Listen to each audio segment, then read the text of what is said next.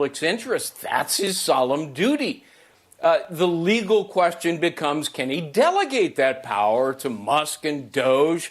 Democrats who have sued say, oh, you can't do that. He wasn't Senate confirmed under the appointments clause.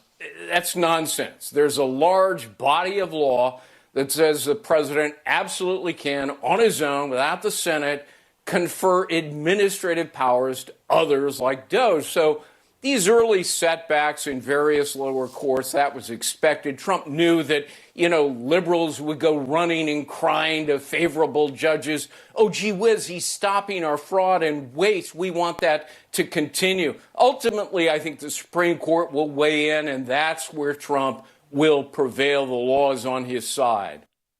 A health freedom advocate thinks it is wonderful that the Louisiana Surgeon General wants to end the promotion of mass vaccinations. Chris Woodward has more. Twyla Brace of Citizens Council for Health Freedom says Louisiana Surgeon General has stood up against this one-size-fits-all mantra for vaccination. He's calling the doctors in Louisiana to get back to the patient and looking at the patient and deciding what does the patient need. So it's a really great step for Louisiana to have a doctor who is so strong in advocating for the patient instead of the government. Surgeon General Ralph Abraham made it known in a memo that the Louisiana Department of Health will no longer promote mass vaccination. A department spokesperson confirmed Abraham had ordered his staff to stop engaging in media campaigns and community health fairs to encourage vaccinations. In a separate letter posted on the department's website, Abraham decried blanket government mandates for vaccines and criticized the Centers for Disease Control and Prevention's COVID-19 vaccinations push.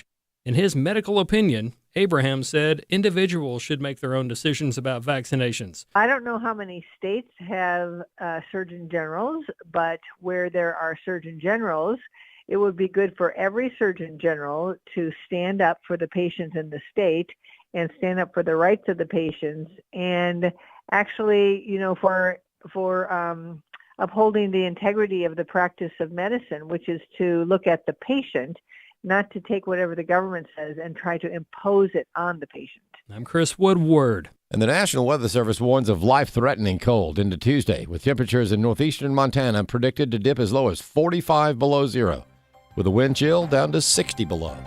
For American Family News, I'm Rusty Pugh. What we believe about the Bible is based on what we believe about its source. The God Who Speaks, the award-winning documentary from the American Family Association, is now available in a special limited edition DVD set. This release includes a Sunday school curriculum and 2 hours of additional footage. Go to thegodwhospeaks.org to get your copy today. thegodwhospeaks.org. Welcome to today's issues. Join us for the next hour as we offer a Christian response to the issues of the day. Here's your host, Ed Vitagliano. And welcome to today's issues. Ed Vitagliano sitting in for Tim Wildmon this week. I am joined in studio by Fred Jackson. Good morning, Fred. Hi there, Ed. News director for American Family News. And because Tim Wildmon is out, Wesley Wildmon's out, Walker Wildmon's out, Tony Vitagliano's in. Digging deep on the bench. Yes, yeah. Digging deep. Good morning to you. Good morning. And folks, of course, Steve Jordahl will join us next hour. But at the bottom of the hour, do want to kind of give you a heads up. Robert Gagnan is a visiting scholar at Wesley Biblical Seminary. He'll be joining us to discuss an article written by Rick Warren, who tried to, in a post, tried to talk about the fact that Jesus was crucified in the middle of two thieves, and those two thieves represent the Republican and the Democratic parties, and Jesus is right in the middle. Okay, is that true? Is that the way we should view Jesus and the Christian worldview, as being in between the Republicans and the Democrats, as if both political parties are equally right and equally wrong? Well, we're going to talk to Professor Gagnan about that. He wrote a great piece for the American Spectator. We'll make sure that's posted when we get to Professor Gagnan on our Facebook page. No, Rick Warren, Jesus crucified between two bandits doesn't mean he's in the middle. So we'll talk to the professor about that. He is outstanding. You don't want to miss that. All right, Fred, before we get to the serious news of the day, one of the reasons we like hockey is you really never know what's going to happen. And Saturday, what did happen? Well, you have this four-nation tournament that's going on right now. Canada, the United States, Finland, and Sweden. Right. So what has happened, these are all NHL players. They all play on the various teams, but they've come together under the flag of their home countries. Yes. All right? So it's kind of a lead up to the Olympics year from now. Next year. Next year. So anyway, there's tension. They have a good time. However, you have the politics of the day that has come to be an umbrella, especially in the Canadian-U.S. games. Okay, and there's a reference to President Trump saying we're going to make Canada our 51st state, and then the tariffs. Yes. So the statement from President Trump had, even before the game on Saturday night, had already generated some controversy in Canada. Now, do I think for a moment that Donald Trump really believes that Canada would become the 51st? Right. No. Right. He is being Donald Trump. Yes. All right. He just throws it out there and then sits back and watches everybody react. That's right. I mean, that's just Donald Trump. So I think there's a method to his madness, because right now he's attempting to get a better trade deal with Canada. Yeah. He says it's about a $200 billion difference between the two to Canada's benefit. Right. So this is what Donald Trump does. All right. But in Canada, it's been taken, who does Donald Trump think he is? That's right. We're Canada. We're a nation, a sovereign nation. Who does he think he is? And so that has resulted, even before Saturday night's game, in Montreal, there's been a couple of incidents where there have been U.S. teams in playing there, and their national, before the games, which involve an American team and a Canadian team, they play both anthems. Yes. All right. They have someone come out and sing. Oh, yeah. All right. So there's been some booing when the U.S. anthem has been played. Well, that was repeated again on Saturday night when the U.S. anthem, by the way, which was sung by a Canadian military person. He did a great job. Yeah. He really did. But there was some booing. As a Canadian, I regret that. Right. I mean, let's keep politics out of this. Yes. I understand the angst among some Canadians, but this is a hockey game. Right. Just leave it there. All right. And then the frustration, we'll get on to this now, spilled over. If anybody was watching the game, and even if you weren't, it's being played over and over again. Yes. The first 10 seconds of the game. First 9 seconds. Yes. There were 3 fights. Yes. Now, hockey, they make fun of hockey. People make fun of hockey, I went to a boxing match and a hockey game broke out. You have that kind of thing. Yeah. But even that, as a person who has followed hockey for many years and was played in high school and college, I was a Canadian playing on a U.S. team for a while in college outside of Boston. But this was unusual. I've never seen this before. Me either. 3 fights breaking out. And again, not to defend fighting, but there's a lot of theater in this. Yeah. I've never seen anybody seriously injured in a fight. If you're gonna get injured, it's by a check to the boards, or you get tripped, or whatever the case may be. But it's almost become part of the game in hockey. Yeah. I'm not endorsing it, but it's become. I'll endorse it. But it's just part of the game. There were 6 players that obviously had scores that they wanted to fix up, and get it out of their system. I've seen 2 guys fight from 2 different teams. I've seen them fight, and then they almost slap each other on the shoulder. Hey, very good. If they're mic'd up, you'll hear them say, "Hey, good fight, man." Yeah, and it's respect for each other. And if you looked at all 6 of these players were in the penalty box, they were laughing. Yeah. This is part of a joke, and the referees let them go to it for a while. Yeah. Get it out of their system. Yeah. And then we could get on with the game. Yeah. So that's kind of the background to all of this. But as far as the booing goes, by the way, Justin Trudeau, Prime Minister Justin Trudeau, was in the crowd. Yes. On Saturday night. And we just had a discussion at our newsroom story meeting. What Donald Trump said, and I'm expressing a personal opinion here because I don't like Justin Trudeau and I don't like his Liberal He's Party. The Prime Minister, very liberal. The Prime Minister is helping the capital L Liberal Party. There's going to be an election in Canada very shortly, probably in the next 2 or 3 months. Justin Trudeau has resigned officially. They'll pick a new leader for him in about 3 weeks, March the 9th, I think it is. And so there is a capital C Conservative Party. Pierre Poilievre is the leader there. Because of what Trump has done, it is helping. The Liberals have grasped this. Yes. And it's helping this far left party in Canada because they're saying, look what this guy in the South, in the United States is doing, Donald Trump. He can't say this to us.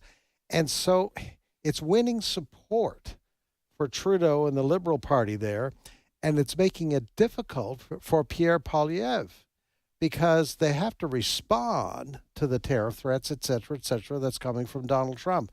So in some weird political way, it's helping this left-wing Liberal Party in Canada, what Donald Trump said, and making life difficult for Pierre Poilievre of the capital C Conservative Party. Yeah, because the Conservative Party would be more likely to say, hey, let's work with President Trump. Yes. But right now, President Trump is public enemy number 1 in Canada. Yes. And so it is politically risky yes. to make that argument to the Canadian voters. And Pierre Poilievre has had to adjust his campaign. Yeah.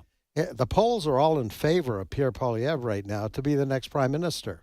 And I would say, for the most part, he shares the business values of a Donald Trump. Right. But he can't be seen as supporting Trump right now because of the mood yes. that Trump has created in Canada. Well, and this back and forth. Now, so the U.S., their opening game was against Finland in this tournament. This replaces the All-Star game. Right. We are throwing a little politics in here, folks. Mm-hmm. So when they sang the national anthem for the U.S. in that game, Canadians booed because the first 4 games were in Montreal. Now the next games are in Boston. Right. So I'm interested to see if the fans in the U.S. who are at the game will boo the Canadian national anthem, which I love. The Canadian national anthem is a beautiful anthem. I hope they don't because they ought to leave this kind of thing alone. Boston fans, they're very tepid people anyways, aren't they? They're very reserved when it comes to hockey. I don't right. think there'll be a response. They're not as bad as Philadelphia fans, but they can be pretty sour.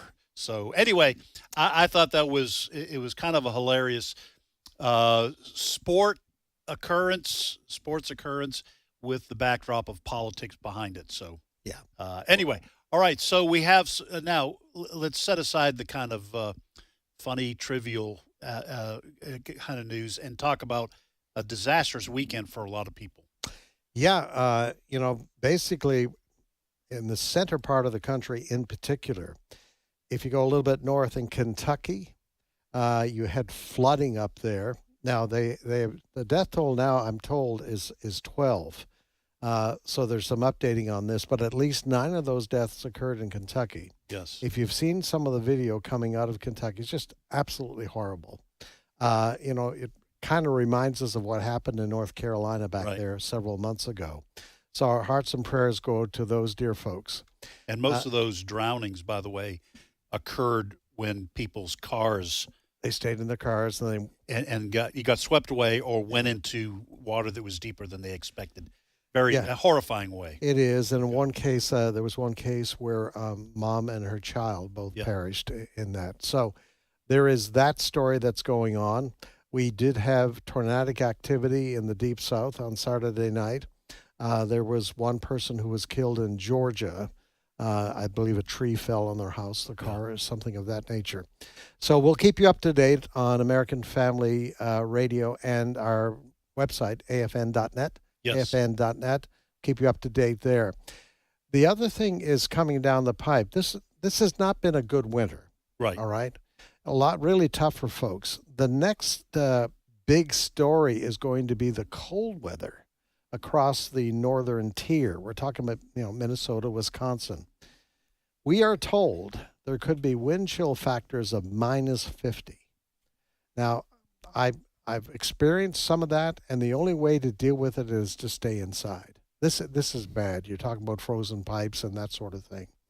And that's frozen pipes in the north, yes. where everything's built. Their houses are built to withstand that kind of cold weather. So, I was thinking of our friend Jan Markell, who lives in Minneapolis, the Minneapolis area, and maybe we'll get to talk to her a little bit later in the week. But this freezing cold can be just, especially with older folks. Yeah, it is very, very difficult on them. There are some people, first responders have to be out in this. Yes. Remember them, Wow. Your firemen, your ambulance people. I hadn't really thought about that. Your police officers, they have to be out in this kind of thing. And there always has to be the reminder, keep your kids in. Yeah. Do not, your flesh will freeze within seconds. Fred, and when it gets that cold, do the schools close for those type of temperatures? Oh, Okay. yes. Yeah. Okay. So everything kind of shuts down when it gets to the folks in the north are tough. Yeah. But they're smart enough to know you don't play with this. Right. So be praying for those folks. This is all going to result now in a big snowstorm again in the Northeast. Yeah. As all of this convergence and they got weather. socked last week, didn't they, with a snowstorm? They did. Toronto, Canada, just a blizzard there. So yeah, it's been a tough winter. Normally that really, really cold air stays in the north, but this is seeping down this particular winter. It's not the first time that cold air has been in these parts. Yeah, they call it the polar vortex. Yes, it is. It sounds like Canada's doing this, sending us some cold weather on purpose. If I had to guess, it nice sounds like connection weather of stories there. So anyway, folks, just be praying, and it's always good to be prepared for inclement weather because sometimes these things happen. I know it's very difficult for folks. It's been a tough 4 years in terms of inflation, but if you can, sock some stuff aside periodically so that you can maybe go a couple of weeks if things get shut down. You just never know what's going to happen. And my wife and I were talking about the folks in North Carolina still, some of them still without living in tents. Living it. I mean, just with winter coming, it like you said, Fred, it's been a tough winter. So be in prayer, folks. And I'll tell you, give to ministries like 8 Days of Hope and Samaritan's Purse and others when you can. Give to those ministries because they do go in the fallout of storms often to help people, and they need to have the finances to do that. And sometimes you can volunteer to go in and help. So. Yes. All right, what's next, Fred? Well, J.D. Vance, Vice President J.D. Vance, wow, I tell you, I saw some of this speech in Munich on Friday. And he started off and he got an applause for something he said. And then he said, I hope that's not the last applause that I get for this speech. It was. Yeah. No, I did hear one point he made, and it sounded like there were 3 people clapping. Everybody else was silent. Well, basically what Vice President Vance did, he expressed great concern with examples of what he sees as a deterioration in free speech in Germany, in various parts of Europe, and the UK. All right? So I want to play you a little bit of this speech that was not taken well by the audience of European leaders. Cut number 1. The threat that I worry the most about vis-a-vis Europe is not Russia, it's not China, it's not any other external actor. And what I worry about is the threat from within, the retreat of Europe from some of its most fundamental values, values shared with the United States of America. I look to this very country where police have carried out raids against citizens suspected of posting anti-feminist comments online as part of, quote, combating misogyny on the internet, a day of action. A little over 2 years ago, the British government charged Adam Smith Connor, a 51-year-old physiotherapist and an Army veteran, with the heinous crime of standing 50 meters from an abortion clinic and silently praying for 3 minutes. This last October, just a few months ago, the Scottish government began distributing letters to citizens whose houses lay within so-called safe access zones, warning them that even private prayer within their own homes may amount to breaking the law. Our own government encouraged private companies to silence people who dared to utter what turned out to be an obvious truth. There's a lot there to unpack. Yeah. Well, Tony, here's one of the things that seems to be becoming clearer and clearer, that the left in the West, and I talk about the progressive left here in this country, we call them sometimes cultural Marxists, but certainly in Europe, they do seem to be the side of the political spectrum that has the most serious problem with this totalitarian impulse. And I'm glad that Vice President Vance talked about U.S. problems too, because this isn't just in Europe, but leftists don't seem to want to hear any correction. This thing in Scotland, where if you're praying in your own house, as long as it's in that safe zone for an abortion clinic, if they see you or hear you praying in your own house, you can be arrested and charged. Right. This is serious stuff. There's a type of governance, and I think it's maybe incorrect in the exact wording of it, but it's called anarcho-totalitarianism. So it's a form of totalitarianism that focuses on only certain types of problems and prioritizes those over others. So what the left does in Europe is they prioritize what they view as a true threat to them, which are in most of these countries democratically moderate Europeans who just happen to look around and notice issues and then want to express their opinions on those issues while simultaneously ignoring the real problems within their own borders. So J.D. Vance mentioned in his speech, that our thoughts and prayers are with the German people, because 4 days prior to his speech, or a few days prior to his speech, there was a terror attack in Munich, another car ramming attack. And so J.D. Vance gives his speech to the left, basically targeting the left in Europe, who continues to censor Europeans, people in their own country, who vote and who just want to express their opinions, censor them and target them while ignoring the obvious issue of radical Islam that they have imported for the last, 3-4 decades, while ignoring that problem. And just as it's telling, because just as J.D. Vance leaves, there's another terror attack in Austria. A suspect killed a 14-year-old and injured 4 others in a knife attack. So the left wants in Europe wants to close up their ears when someone starts talking about real issues and what is turning out to be the prominent issue for Europeans.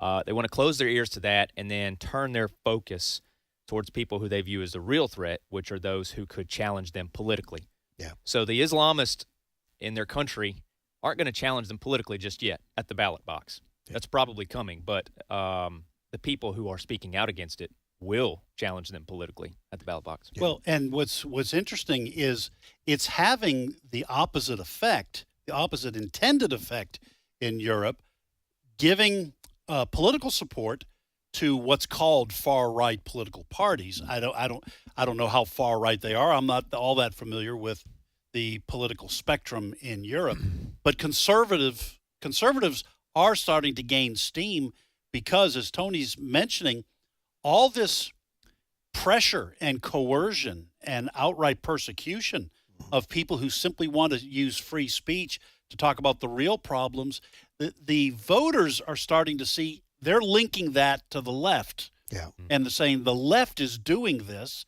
and they're ignoring. Listen, we've been reading for a decade now, but especially in the last 5 years, the horrific sexual crimes being committed against the young ladies in a lot of these countries by immigrants coming from the Muslim world, and those in charge politically, who generally are on the political left, are ignoring it or explaining it away. But the average voter, the average citizen's going, oh, wait a second. Mm-hmm. My daughters can't walk down the street safely if she's not in a burqa. Yes. Someone do something about this, and that is giving strength to the conservative and the conservative side of things.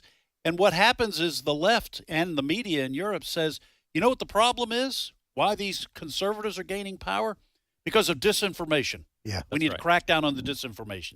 It's bizarre. Well, the reality of what's going on is that reality is confronting the ideology. That's correct. Yes. The reality of the ideology of the left has been manifested now for several years with all the things that you've just been talking about.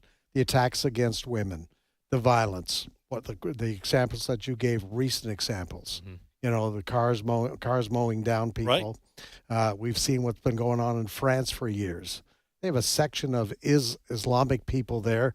The cops don't even want to go near that. And France denies that there are these no-go zones. The Rotherham gangs. Remember in England, Yes. that story blew up of the cover-up Yes. for years and Yes. years of what was happening in Rotherham in northern England. Yeah. And the people are responding to that.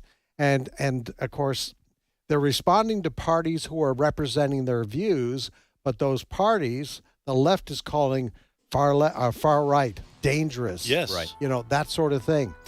But it's reflected in this country, too. Yes. It's the same. Donald Trump is demonized.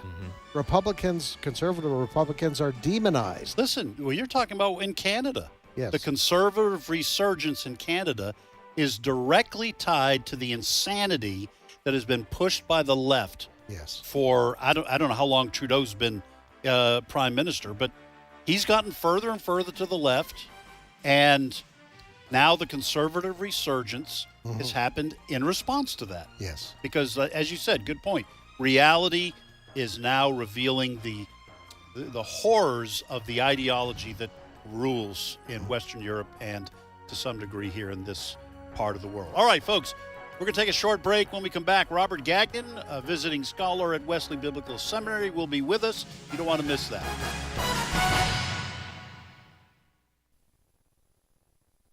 It's my turn. Here is your host for My Turn, Don Wildmon. Life is full of mysterious happenings.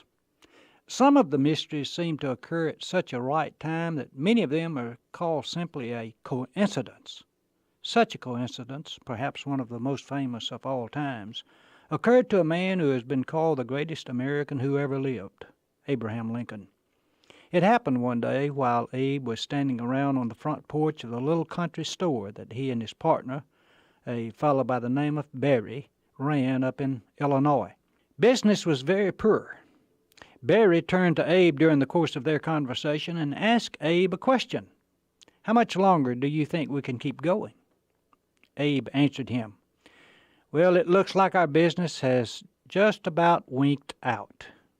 You know, I wouldn't mind so much if we could sell everything we've got and pay all our bills and have just enough left over to buy one book, Blackstone's Commentary on English Law, but I guess I can't." About that time, a wagon drove up to the store. The man stopped the team and looked up at Abe. "I'm trying to move my family west, and I'm out of money," he said. "I've got a good barrel on here that I could sell for 50 cents. Abe gave the situation a good look. Then he reached into his pocket and pulled out what was, according to him, the last 50 cents I had, and gave it to the man. Well, the barrel sat on the porch all day long, and Barry made fun of Abe just about all of that time. Late that afternoon, Abe went over to where the barrel was and noticed some papers in the bottom. He put his long arm down and pushed the papers around until he hit something solid. He could tell by the way that it felt that it was a book. Abe pulled it out of the barrel and stood astonished. The book was the Commentary on English Law by Blackstone. Here are the words of Abe. I stood there, holding the book, looking up toward the heavens. There came a deep impression on me that God had something for me to do, and he was showing me now that I had to get ready for it. And Abe did prepare himself, mentally and spiritually, for the great task that laid before him.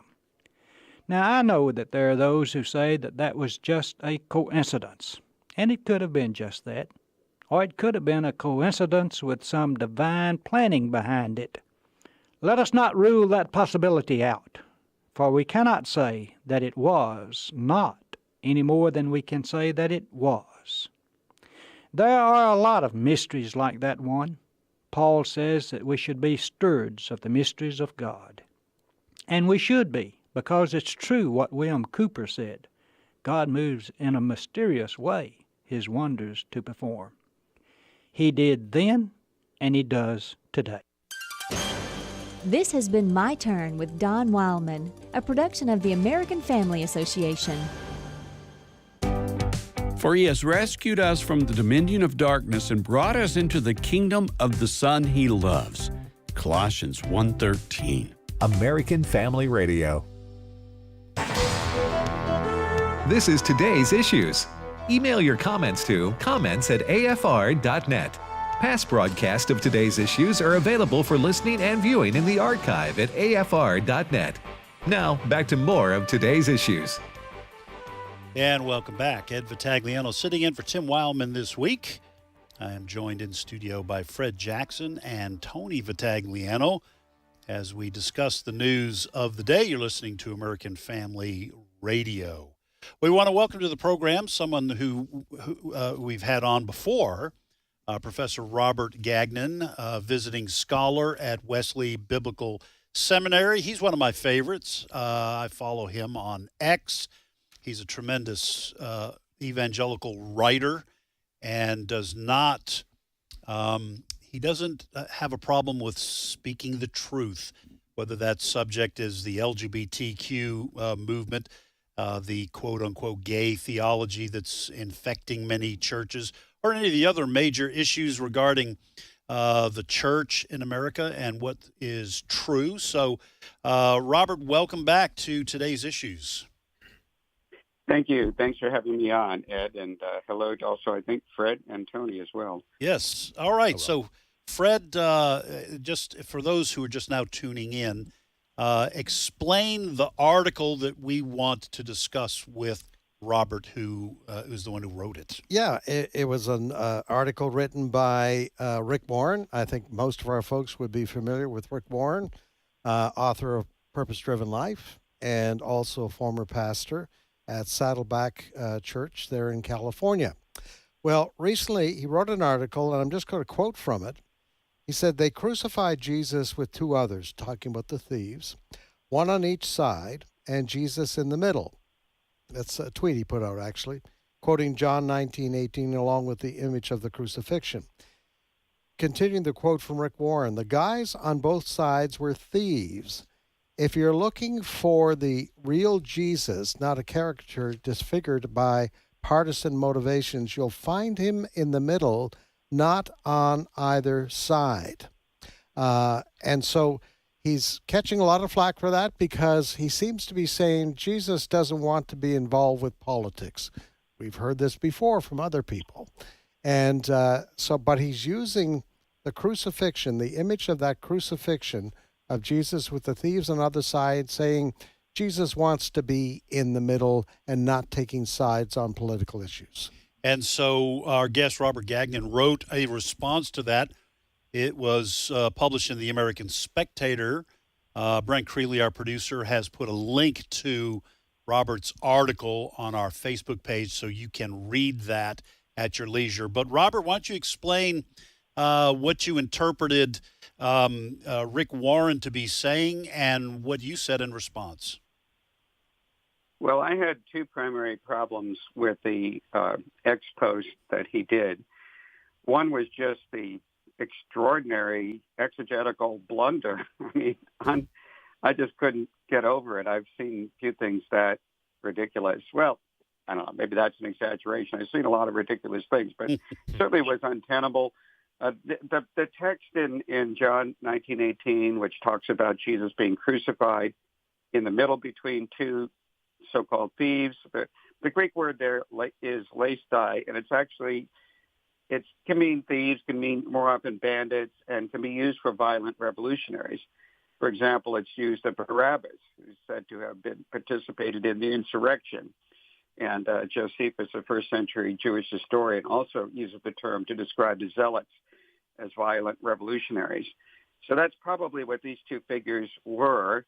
And of course, Jesus being crucified in the middle between them is not a point to say that somehow he's in between two political parties. The fact that he's crucified in the middle between them is a way of saying that he was mistakenly crucified as though he were one of these violent revolutionaries. It's not like he has a middle position between the two. And the crucifixion in the midst of them is a mistaken element. But the other problematic dimension was the suggestion that somehow Christians should be in the middle between the Democratic Party and the Republican Party. Now, I'm not arguing that all Christians should sign up to be Republican, but what I am saying is that there's a major difference between these two parties in terms of their political views. And when you have one party essentially making idols out of two primary things, LGBTQ immorality, including radical transgenderism and abortion, and they use all sorts of wicked means of promoting these two idols, including things like censorship of Christian views, appointing radical hard-left judges, lawfare that they're engaged in, including prosecuting pro-life protesters and whistleblowers and medical staff who note that the hospital is illegally engaging in chemical castration of children, all things promoted by the Biden administration and the Democratic Party, then you can't say that Jesus is in the middle of all of that. One party, neither party is Christian, but one party is specifically demonic.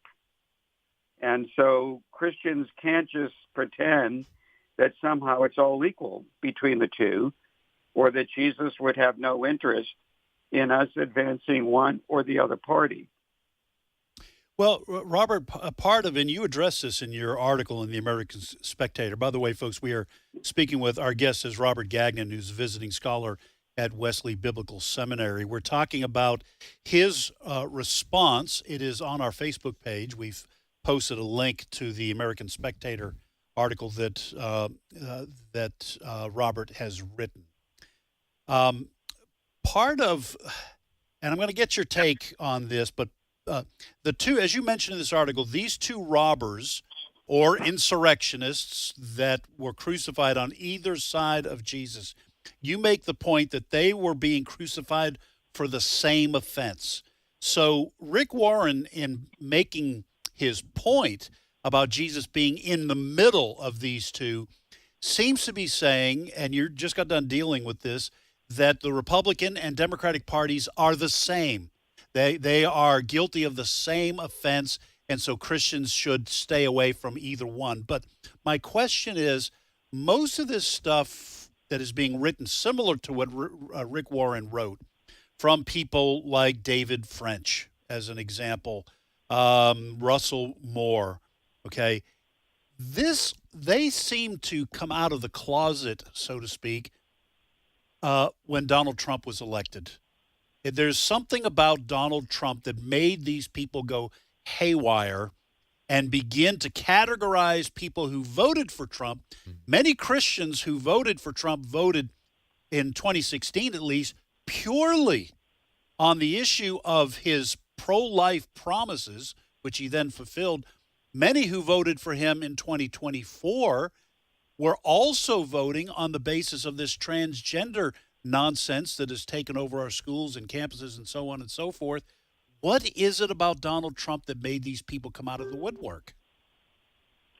Yeah, he's definitely a trigger point for them. There's no question about that. And I acknowledge, of course, that there are things about Donald Trump that I certainly don't approve of. Again, I'm not advocating for people to be complete Republican partisans and never to make any critiques. I don't think any of us talking today see Donald Trump as an ideal figure. Right. But nonetheless, he was the nominee for the party. I, by the way, supported Ron DeSantis, although I have to admit I don't know if Ron would have been elected. It might have been that Trump was the best electable person that we could get to oppose the demonic agendas of the Democratic Party. So he can certainly be criticized, but he is so much better than anything that the Democrats are offering that I can't see why people think that this is somehow ambiguous. And they are triggered by him, but I think they're triggered by a few things that they're rightly triggered by, but they are excessive in it and don't see how much worse the alternative is. And I think what they really show in the end is that they're basically so-called progressive Democrats about many issues. They may be opposed to abortion. They may be opposed to LGBTQ morality, but it's not really a big deal for them. And the issue of trampling on free speech, free exercise of religion, lawfare, appointment of hard left jurists, none of this seems to bother them. And that's really stunning. Well, and then I remember, I think it was J.D. Greear, who said that the Bible only whispers about homosexuality. And so that goes to your point that what happens a lot of times, excuse me, is that they treat these issues like abortion, LGBTQ, as not really all that important. Let's get to the stuff about welcoming in immigrants. They seem to be all on board with that. Well, our guest has been Robert Gagnan, who's a visiting scholar at Wesley Biblical Seminary. We have posted his article written originally for the American Spectator on our Today's Issues Facebook page, addressing this ex-post by Rick Warren and his comments regarding the crucifixion of Jesus between two thieves. Robert, thank you for being on with us. And as always, thank you for being quick to the defense of a proper exegesis of Scripture and standing for the truth of the gospel. I hate to say it, but it's increasingly rare sometimes for members of the church to be willing to take on the brickbats. And I follow you and watch you on X. You get a lot of hate thrown your way, so we appreciate your courage as well. Thank you, and God bless American Family Association. Thank you, sir. Appreciate that. That is Robert Gagnan. I love having him on. He is his writing is just outstanding. He is probably the best voice. If you can read, you have questions about this so-called gay theology that is infecting a lot of churches. You find anything that Robert Gagnan has written, nobody will debate him on the left because his New Testament exegesis is nobody does that better on the passages, Old Testament and New Testament, on the issue of human sexuality. So we always appreciate having him on. All right, what's next? Well, we talked about, just before the break, we talked about the very blunt but true factual speech that Vice President J.D. Vance gave in Munich last week, outlining to his audience of European leaders there that what he believes to be threats to free speech in Europe, UK, etc. Perhaps we should not be surprised that the mainstream media here in the United States is appalled that J.D. Vance would insult these European leaders. I want you to have a listen. CBS's Margaret Brennan did an interview with our Secretary of State, Marco Rubio, about this, confronting him with the tone and what the the speech that J.D. Vance had given, and how dare he, and suggesting what the Europeans are doing is the right thing. Have a listen to this interview between CBS's Margaret Brennan and Secretary of State Marco Rubio, and how he sets her straight on some very, very obvious history, that being of the Holocaust. Cut number 2. Well, he was standing in a country where free speech was weaponized to conduct a genocide. And he met with the head of a political party that has far-right views and some historic ties to extreme groups. The context of that was changing the tone of it. And you know that the censorship I have to disagree with was you. specifically about the right. No, I have to disagree with you. Free speech was not used to conduct a genocide. The genocide was conducted by an authoritarian Nazi regime that happened to also be genocidal because they hated Jews and they hated minorities and they hated those that they had a list of people they hated, but primarily the Jews. There was no free speech in Nazi Germany. There was none. There was also no opposition in Nazi Germany. They were a sole and only party that governed that country. So that's not an accurate reflection of history. I hope you get what Marco Rubio, in his brilliant response, was doing. This CBS highly respected show host was saying that Hitler was allowed to carry out his genocide of Jews because Hitler was allowed to have free speech. Marco Rubio corrects her rightly, saying there was no free speech. The propaganda machine of the Nazi forces didn't allow free speech, which is what allowed Hitler to carry out his genocide of 6 million Jews. But isn't it amazing that a respected CBS correspondent, given the job of being a host of a program, would totally misrepresent the truth of history? You know, Tony, this is getting downright bizarre what the left is doing. The left is doing what Brennan was accusing the Trump administration of doing. The left is actually doing it while saying the conservatives are doing it. So if you go to Nazi Germany, or even in the lead up to Hitler, okay, he had his brown shirts running around, beating up people, breaking up meetings. Right. And then when the Nazis took power, they arrested people for their free speech and their contrary ideas, which is what we just got done talking about, what the left is doing. The left is the one who, under the Biden administration, considered parents going to school board meetings and speaking up against this transgender ideology, considering them on the same level as domestic terrorists.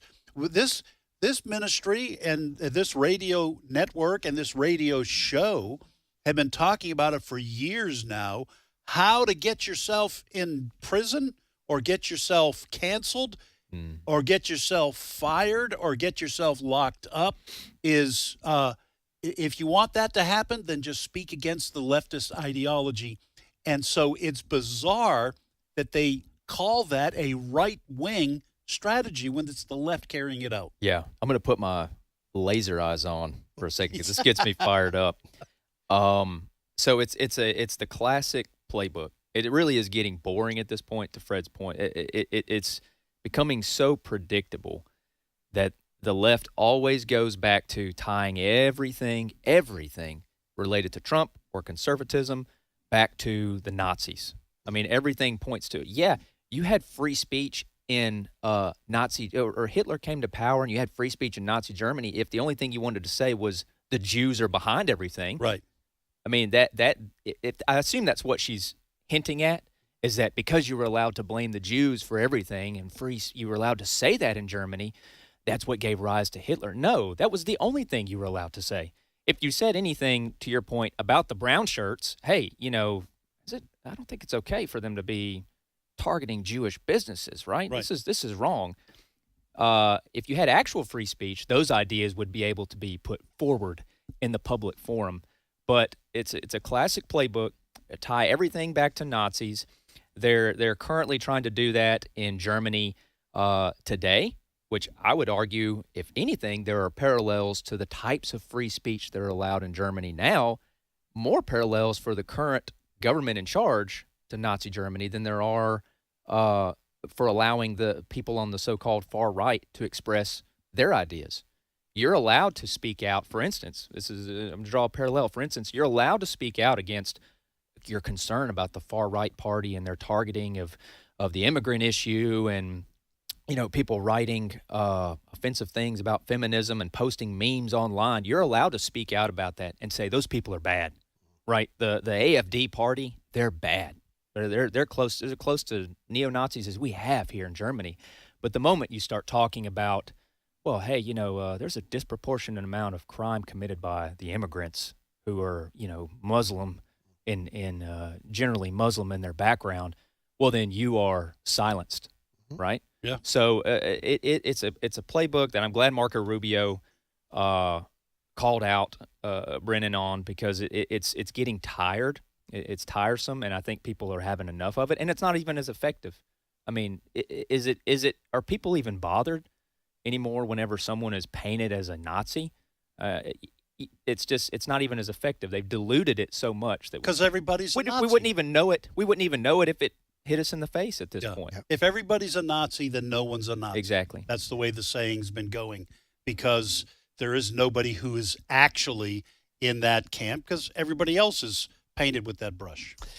And lest you think that Vice President J.D. Vance was exaggerating, 60 Minutes, the reporter there, Sharon Alfonsi, talked to 3 German prosecutors to confront them with what J.D. Vance was saying in the speech.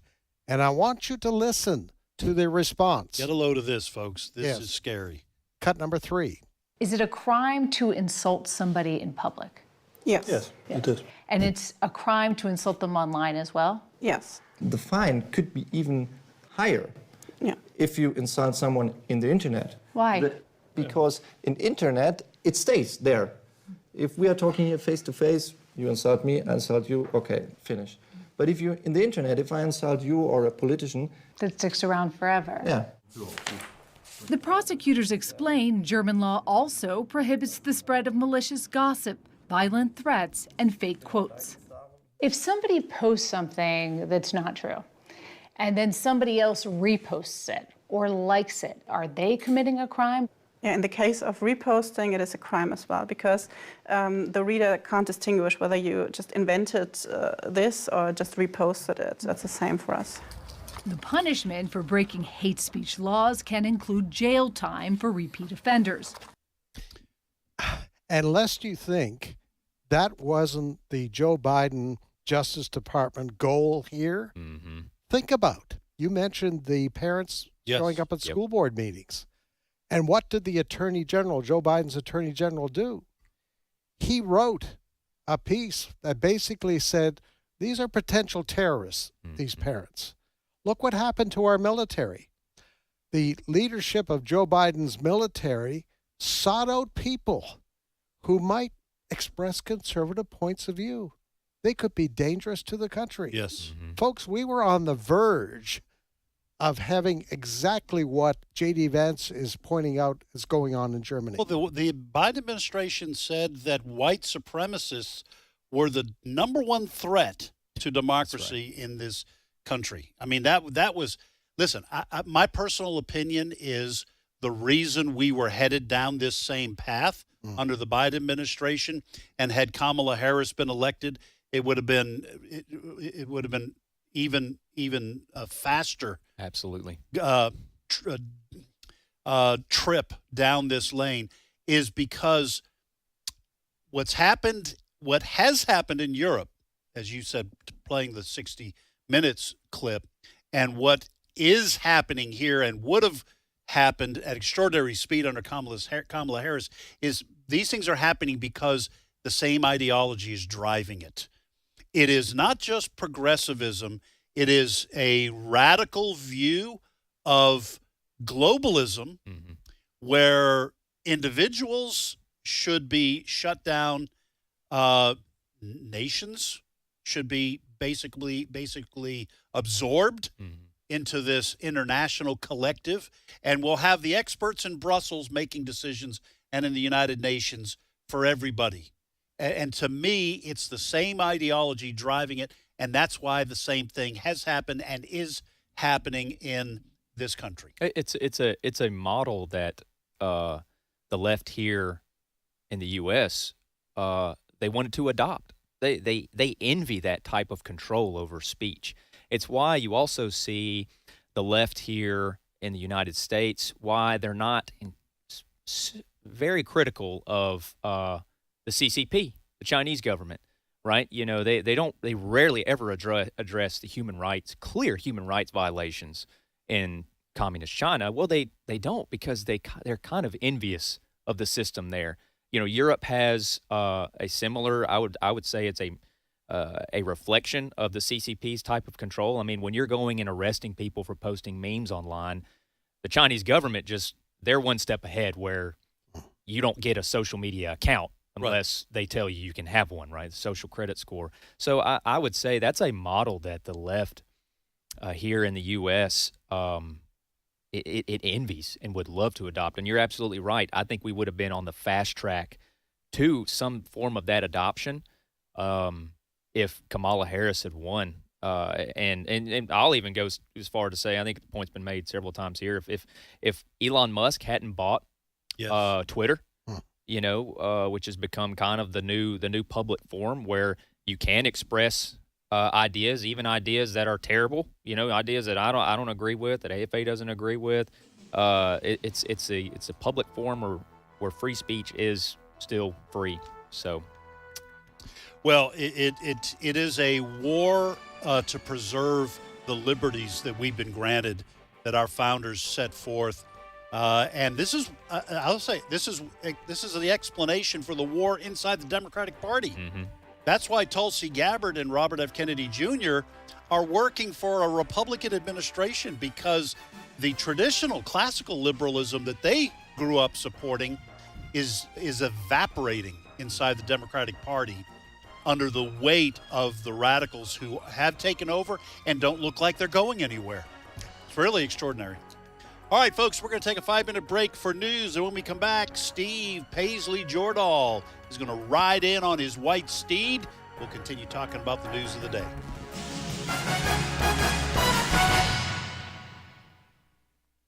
The views and opinions expressed in this broadcast may not necessarily reflect those of the American Family Association or American Family Radio. Faith, family, freedom. American Family Radio. The Stand provides a Christian perspective on current issues that are important to your family. Produced by the American Family Association, this monthly magazine is full of articles and stories about people who are making a difference in their community and around the world. Sign up today and receive a free 6-month subscription. Visit thestand.net or call 1-800-326-4543. This is American Family Radio, a listener-supported ministry of the American Family Association.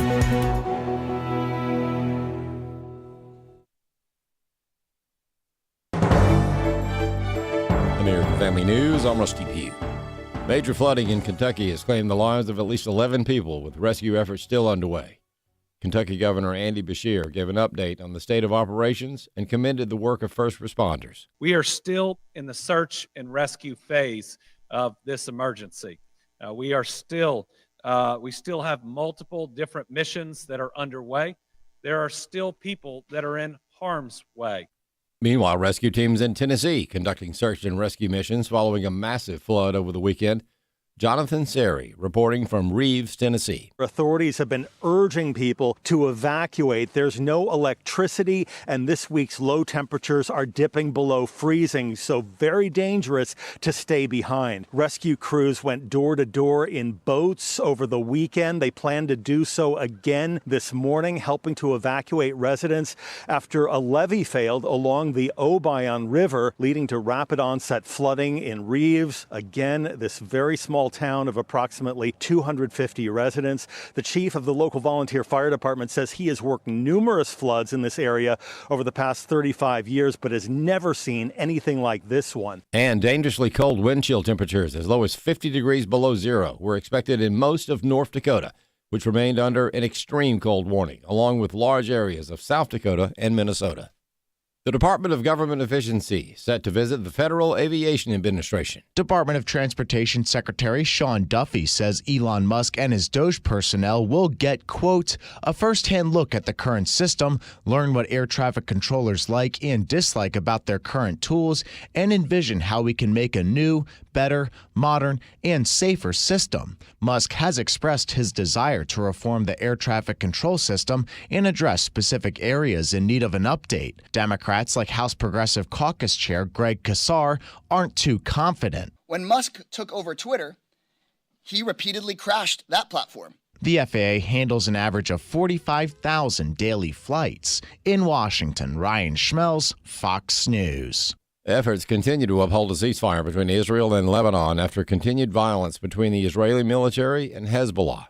Spokesman for the Israeli government, David Mincer, gives reporters in Tel Aviv an update on the fighting. Our Air Force carried out precision intelligence-based strikes on military sites in Lebanon against Hezbollah rocket launches and weapons. Hezbollah terrorist activity at these sites is in violation of the understandings between Israel and Lebanon. A Texas state senator is working to preserve Texas's water supply. Robert Thornton reports. As the Texas population grows, there's concern about water supply. Texas Water Development Board data shows water demand rising in the future. State Senator Charles Perry of West Texas has a passion for saving water and is to file legislation that would ask voters to dedicate money for water supply and infrastructure and to build a new water grid. He says the state is behind 20 years on water supply projects. He believes water must be addressed at the state level with coordinated efforts at local and regional levels. Perry spoke with the Texas Tribune. In talking to one of my landowners up in my area, well, you know, Senator Perry, when you tell the state's coming to get water, they're going to come take our water. Well, when I explained to him, we're going to subplant municipal use with 300,000+ acres a year, leaving that in the aquifer for irrigated crop production, is that not an in-kind contribution? And the light bulb came on. He said some future water supply sources include the desalination of seawater, water produced in the oil and gas industry, surface water, and buying water from other states. Talking to the representation on the east side of the state that has some surplus waters, excess waters, the political climate is different. They are actually willing to have the conversation about taking and buying some of that water. One of the key factors there is I'm not buying water rights. I'm buying water. He also said that some lawmakers didn't get interested in water until their own areas were starting to run dry. I'm Robert Thornton. More news online at afn.net and download the AFN mobile app. I'm Rusty Pugh. The American Family Association's mission is to inform, equip, and activate individuals to strengthen the moral foundations of our culture. Our goal is to be a leading organization in biblical worldview training for cultural transformation. We stand on the biblical truth that all human beings, including the unborn, are created in the image of God and are endowed by Him with the right to life, liberty, and the pursuit of happiness. Thank you for standing with the American Family Association. Today's Issues continues on AFR with your host, Ed Vitagliano. And welcome back, everybody. Thank you for joining us here on today's Issues. Ed Vitagliano sitting in for Tim Wildmon this week. I am joined in studio by Tony Vitagliano. All the Wildmans are out, so I brought in a second Vitagliano to be on the show. And then Steve Paisley Jordahl is our news guy. Good morning. Good morning, everybody. Morning, Steve. Yeah. So nice shirt, as usual. You're a sharp dresser. It's a little muted today with a little bit. Yeah, you know. It's a Monday. It is Monday. Yeah. Muted Monday. Had a hard weekend. I went to a boxing match and a hockey game broke out. Oh man. Were you watching, by the way, that live when it happened? No, I was not. Yeah, okay. I was watching the Daytona 500. Oh, yeah. Oh, my goodness. Yeah. What a great race. What a great race. I can't think of anything less interesting to me than I know people. there are people all over the South who have just written me off by what I'm about to say.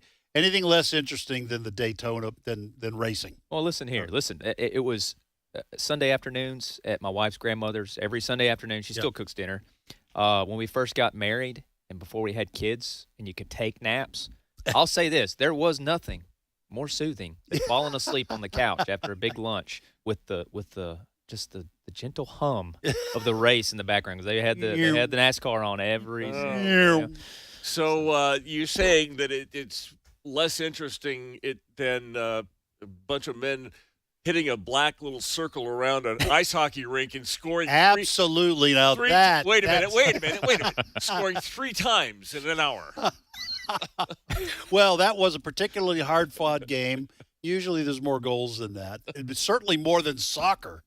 Soccer can end 0-0 ties. Hey, we can all come together. We can all agree that soccer is maybe the most boring sport to watch. All right, I'm insulting people left and right on our listeners, so we probably need to get to the news, Steve. All right. Well, we have President Trump is speaking out against Iran. This is for a different reason than we've heard for a while. You know, Iran has the nuclear thing, and the deals that we've made with Iran are he's been all over that. But he is asking Iran, he wants the world to confront the Iranian regime over repression of Christians. Iran is reported to have launched a new crackdown against Christians this month following the rearrest of 2 men. 2 Christians were let go and then arrested, and the second time they're put into this remember Evan prison? It's the place where the hostages are held in Iran. It's just it's horrible. Christians in Iran. So this is an Iranian expert. Ali Reza Nader said to Fox Digital, Christians in Iran are relentlessly persecuted by the Islamist regime. The Trump administration should highlight their plight while putting maximum economic and diplomatic pressure on the regime. Iran has seen an outstanding rise in the number of Christian converts despite the decidedly oppressive environment. The gospel is alive and well. That's right. In Iran. And that's why we wanted to do this story, even though technically speaking it's not good news because of the persecution and the crackdown. But a lot of experts are saying that Christianity is growing faster in Iran than anywhere else in the world. Yeah. And this is leading to the crackdown. I remember 5-6 years ago, some of the mullahs there complaining that their young people were turning to Christianity. And now with the internet and people being allowed and being able to go on YouTube and watch videos and about this topic and that topic, as well as reports of supernatural things happening with dreams and visions. It is extraordinary. And I just wanted to start off with this story because I want our listeners to be encouraged that even when things politically and culturally look sometimes grim or gloomy, God is working behind the scenes and can work anywhere at any time at his choosing. That's right. So continue to pray for some of your family members and friends, coworkers, neighbors, what have you, who don't know the Lord. God can reach them. You need to believe that is possible. I want to ask you guys about this. It seems to me that Christianity seems to thrive in places where it shouldn't. It's almost like, you know, that the saying that something is that is unpleasant is a feature, not a bug of something. So in other words, persecution is a feature of Christianity, not a bug. It's not like something that we need to weed out, and we do need to oppose it, but it's built. Christianity is built for persecution. How is that? Well, I'll make a comment, and then, Tony, you can jump in here if you'd like. I think that it's important to remember that Jesus predicted persecution for his followers. And I think the reason for that is especially that as the gospel moved out with missionary enterprises from Israel, Jerusalem to Judea, Samaria, even to the uttermost parts of the earth.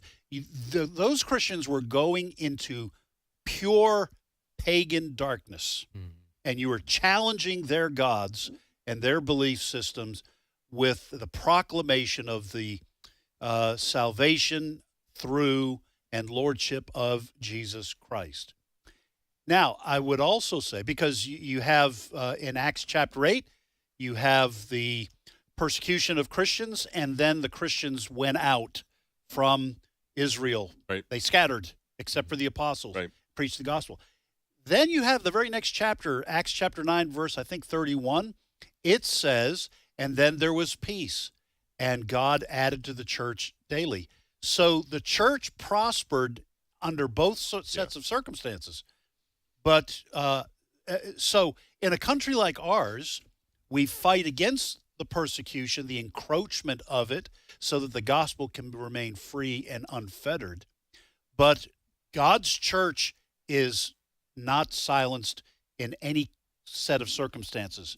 But Christians are to expect that when you are going into an area, like Iran, which is controlled by mullahs and Islam, you are going to face persecution. No, well said. Well said. I've heard it said that when somebody asks a persecuted Christian in China, and part of the underground church, for example, what their prayer is for America, they say they pray that our faith is challenged.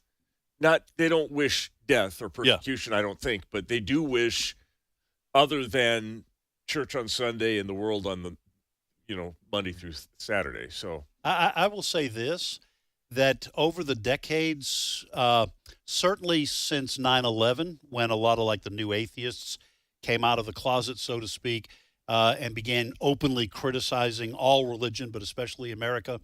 But since the probably the 70s and 80s even, as the culture being led by Hollywood began to reject Christianity, and you started to see these examples of Christians having to face, I don't know if it's certainly not persecution like they have faced in Iraq or Iran or China or North Korea. But I will say this. I never remember growing up an athlete, a single athlete, maybe Bobby Richardson, baseball player for the Yankees. He was, I think, open about his faith. But I don't ever remember an athlete talking about their faith. And now you have Christian athletes all the time. Yeah. And I think part of that is what you're saying, and the prayer of Christians in China is that Christians are having to be, they're facing hostility towards their faith, and they're having to either fold or get in. Yeah. And a lot of them are choosing to get in. Yeah. And you have young women like Riley Gaines. I love young people in this country. So many of them are dedicated to Christ and willing to pay the price. I don't think, she didn't have to go to bat against this transgender ideology. Okay, she's the former swimmer who lost to Will Thomas, and she didn't have to do that, but she's dedicated her life to supporting the biblical view of human gender and sexuality. So that's a great point, Steve. I think that Christians are having to decide, I'm going to have to fish or cut bait. Yeah. And so more kind of said that was going to happen in the end days, right? Yeah. So I think more and more Christians are saying, I'm standing up. Yeah. I'm not hiding my lamp. This is kind of a related story. There's a ex-fundraiser for the Democrat Party. Her name is Lindy Lee, and she raised tens of millions of dollars over the years for the Democrat Party. Well, she has left the party saying that it is in shambles following the election. She said Democrat donors, absolutely, without exception, without a single exception, they are so angry and upset with the state of the party, they think the party is in complete shambles. I don't know how they're going to get out of this wilderness. The party has been hijacked by woke ideology. And then here's where this kind of relates to the last story. She says it's their religion. It's their God. Woke is their God. Trans woke insanity. They are enthralled by it. I'm looking at a post on X that Lindy Lee, and her last name is L.I. Yeah. The Democratic Party has been hijacked by woke and DEI extremists. Gender confusion has become a social contagion. Yeah. That's some great language there. And the progressive mob calls you a bigot if you don't want biological men in women's sports. This is one of many reasons why I left the party. Tony, this goes to what we were talking about before the break. This battle within Western civilization between the globalist, cultural Marxist / progressive left, we are seeing this play out now in the Democratic Party, not just in America, not just on college campuses. We are seeing it play out in the Democratic Party. And you have Lindy Lee is one of the latest that, we mentioned Elon Musk. We mentioned some of the others, politically speaking, Tulsi Gabbard, Robert F. Kennedy Jr., comedians like Bill Maher, who are what we would call classical liberals, who are going, I didn't sign up for this. This is not my Democratic Party.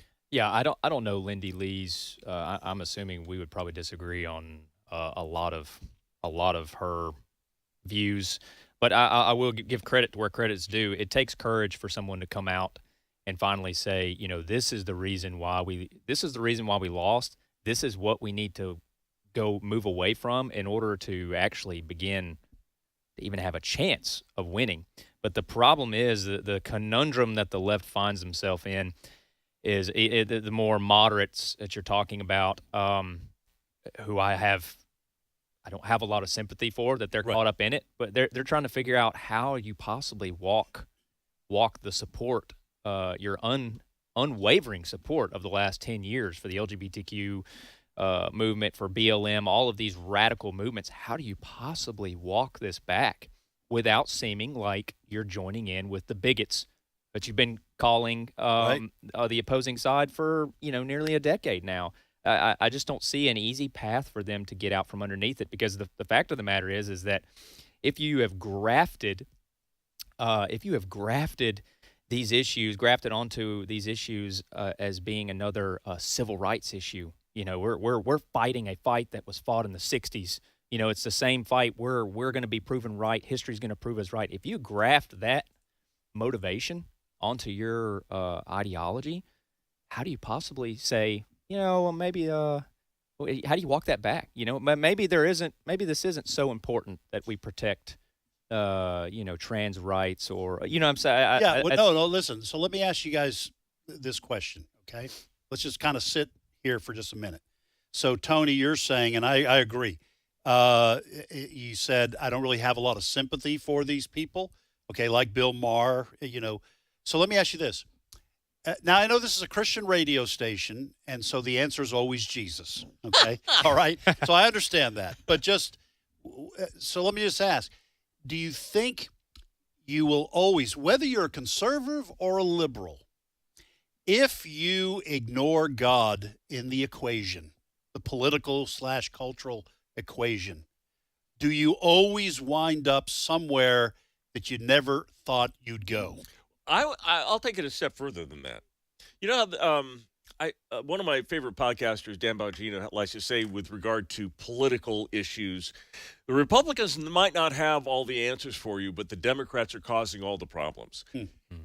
The Republicans might not be right on all biblical issues, but if there's a biblical issue of moral concern, the Democrats will be wrong. And I think they are unable to waver from the woke, the down the path to hell, because their master is leading them. God has maybe given some of them over. I don't know. The party, that's strong. That's something strong to say. Not that they're irredeemable, but I think the party itself, the people that are controlling this, the more liberal people, they have an enmity to God. Well, and if you have that enmity with God, then you'll always wind up wrong. Yeah. Because God ordained the world and human nature and, communities. He ordained it to work a certain way. And if you reject the designer, your design at some point is going to go kaput. Yeah, and what do you think? Let me clarify my statement as far as sympathy goes. Clearly, I want these people to come to know Christ. Right, the lack of sympathy, I mean, is in regards to their. They joined in with the crowd when it looked like it served their purpose. Yeah. Over the last 5 years, and now that the tides are turning, and now that they're seeing that this is going in directions they don't want it to go, well, you're kind of stuck now, and that is what I mean when I say I don't have a lot of sympathy, because you hitched your horse. Or you hitched your wagon. Excuse me. Almost. I'm not big on country metaphors, but you hitched your wagon to a horse that is wild and was going to go any direction that it wanted to, and now you're stuck on the rod. And some of them, like this Lindy Lee, are finally starting to say, at what cost to them, I'm not sure, but. Finally starting to speak out and say the Democrat Party has to change something, or they're just going to continue to lose. And just to be fair about this, let me say this: there are parts of the Republican/conservative movement in this country that are also wrong, because you have fiscal conservatives in the Republican Party who don't want to talk about God either. And if you simply say, I'm just going to support major corporations and capitalism, naked capitalism, and you don't have a Christian ethic with regards to compassion, and you don't do anything to help the poor, then you've missed the boat too. Liberal. Well, that's why I do get called liberal sometimes. I'm just saying, I'm joking. The Christianity and the Bible is the truth right. about how human beings are to construct their societies, their homes, their marriages, their government. And if you don't play by those rules, you will run afoul of reality. And I think that's kind of what we've been saying. So, all right, let's move on. All right. I came across a video by Victor Davis Hanson. He's a historian. He's with the Hudson Institute. And it started making a little sense to me. He has a theory that nothing that Donald Trump does is by accident. Everything has a purpose. Even the crazy is thought out. And I want to give you an example. Now, in this video, and Ed, you said you listened to it. He talks about Canada, Mexico, and Greenland, and Panama, and why he might have said all these things. But this is what Victor Davis Hanson's thought about what Trump meant and why he's talking about the Gulf of America. Cut 10. You start to look at other realities, and the realities are irony. Take the Gulf of America. So Trump says, it's time to be Gulf of America. How you like that, Mexico? But then you look at the coastline. The coastline of the Gulf of America is 1,700 miles on the U.S. side, and it's 1,700 miles on the Mexican side. It's been Gulf of Mexico for 400 years. And the left introduced into the popular discourse the idea that there are no names sacrosanct. If you have the Woodrow Wilson Center, change it. The Hollowed Boat Hall, change it. So he's saying, well, they change names. They do it, not me. So I'm just going to change the name. They've had 400 years. It will be in Gulf of America. We have the same amount. It's fair. And that gets people upset. And then Mexico gets upset. And then suddenly Mexico says, we'll stop that caravan and let's negotiate. Almost every time he does something like this that seems outlandish, Greenland and everything, all of a sudden, it's like he asks for 100%. People think you can only get 50%. He asks for 100% and he'll settle for 80.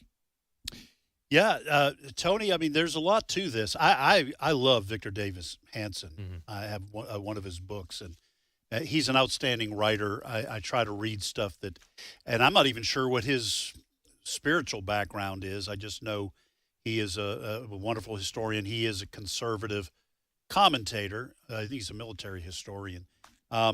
So I like this kind of take.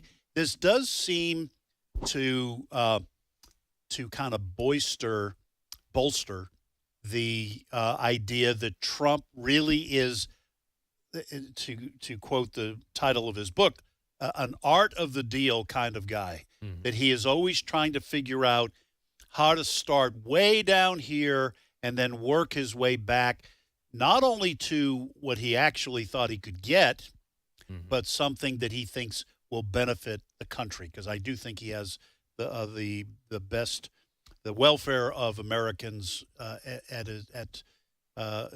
in his heart. Yeah, I think he is. I think it is, as you both have kind of touched on, a negotiating tactic. So you want to seem unpredictable, and that, if anything, defines Trump's foreign policy and his domestic policy.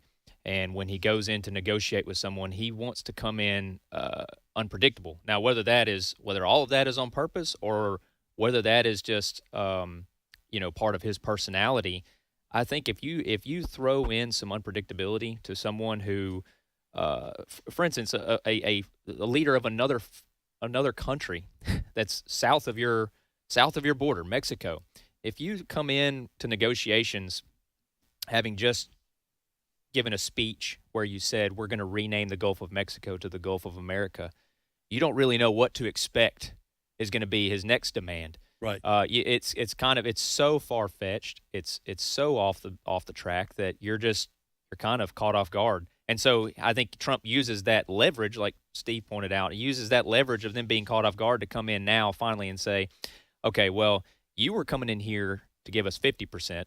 You were, you weren't going to give us full cooperation on the border.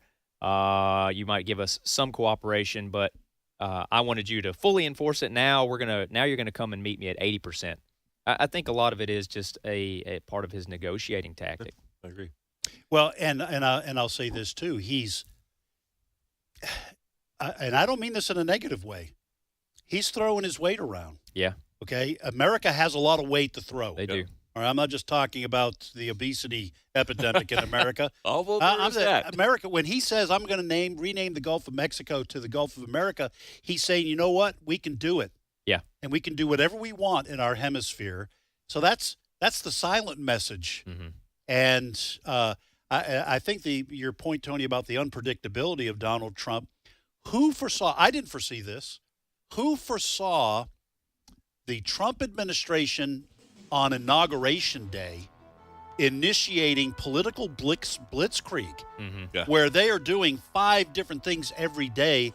The Democratic Party and the media, they were all set to be the resistance, part 2, and they were just blown away. They didn't know what to emphasize because Trump was doing 20 things a week that were keeping them off balance. Yeah. That is probably going to wind up being sheer genius on Trump's part. Let me leave you with this.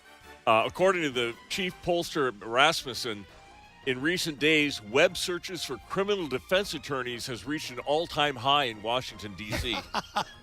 Have you guys seen the houses for sale? Yeah. All over the D.C. area? People are it is a beautiful thing to behold, folks. All right, that's all the time we have. Thank you for joining us here on today's Issues. More great programming directly ahead. Lord willing, we'll see you tomorrow.